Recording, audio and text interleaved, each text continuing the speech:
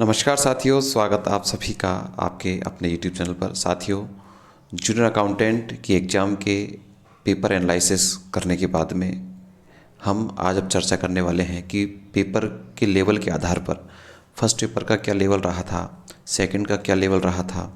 उन दोनों के आधार पर जो पासिंग मार्क्स हैं उसके आधार पर चर्चा आज अपन करने वाले हैं कि क्या इसकी संभावित कट ऑफ है वो रह सकती है।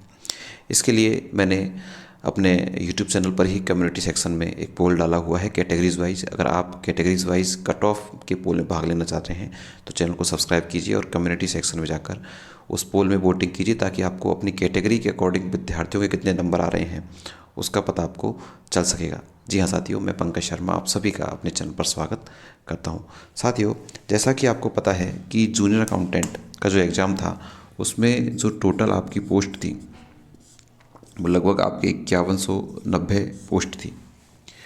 और इन 5190 पोस्ट के लिए आपसे CET के जो आपके अंक थे उस CET का 15 गुना आपसे लिया गया और लगभग 70,000 विद्यार्थियों ने इस फॉर्म को अप्लाई किया। 5190 पदों पर लगभग 70,000 जो विद्यार्थी हैं उन्होंने फॉर्म अप्लाई किया, जिसमें से अगर आप एग्ज़ाम में प्रेजेंट की बात करें, एग्ज़ाम में क्या उपस्थिति रही, तो लगभग यहाँ 60 के आसपास, 60,000 के आसपास इसकी उपस्थिति रही। लेकिन इसके बावजूद भी इसमें से अपन दो तरीके से इसको देखें कि पेपर फर्स्ट और पेपर सेकंड।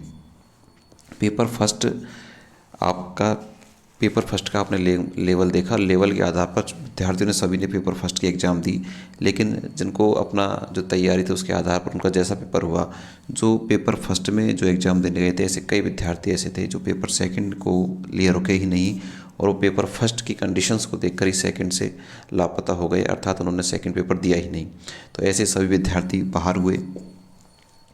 दूसरा, जब सेकंड पेपर जिन्होंने दिया है तो सेकंड पेपर का जब उन्होंने स्थिति देखी, उसका लेवल देखा, तो लेवल के आधार पर 40% अंक विद्यार्थियों के नहीं आ पा रहे हैं दोनों को एक्साई करके, तो भी बड़ी समस्या है। तो इन सारी कंडीशंस के आधार पर क्या आपकी जो कट ऑफ है कैटेगरीज वाइज वो क्या रह सकती है। मैं आपसे फिर कह रहा हूँ, अगर आपने कम्युनिटी पोस्ट में भाग नहीं लिया है तो कम्युनिटी में आप जाकर एक बार आप ज़रूर चैनल पर जाकर आप उसके जो अंक हैं आपके कितने आए हैं वो आप देखने का प्रयास कीजिएगा।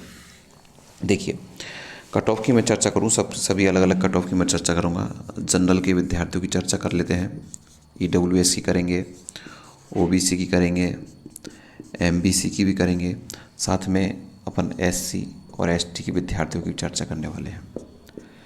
देखिए, अभी जो मैं आपको एक कट ऑफ का जो दायरा बता रहा हूँ ये आपके डबल कैंडिडेट, अर्थात जब आपका आंसर की के बाद में जब आप आंसर की आएगी आपत्ति उस पर मांगी जाएगी, उसके बाद होगा तो उसमें जो डबल कैंडिडेट हैं पास किए जाएंगे। तो डबल कैंडिडेट में कितने प्रतिशत अंक वाले विद्यार्थियों को बुलाया जा सकता है, एक संभावित कट ऑफ अपन देख रहे हैं। तो देखिए, जनरल के जो विद्यार्थी हैं, दोनों पेपर के एक्साई करके ही बता रहा हूँ मैं, जनरल के जो विद्यार्थी हैं डबल के लिए ऐसे उन सभी विद्यार्थियों को बुलाया जा सकता है जो 45 जो प्लस हैं। उन सभी विद्यार्थियों को मैं फिर बता रहा हूँ आपको, यहाँ जो मैं आपको बता रहा हूँ ये डबल के लिए है।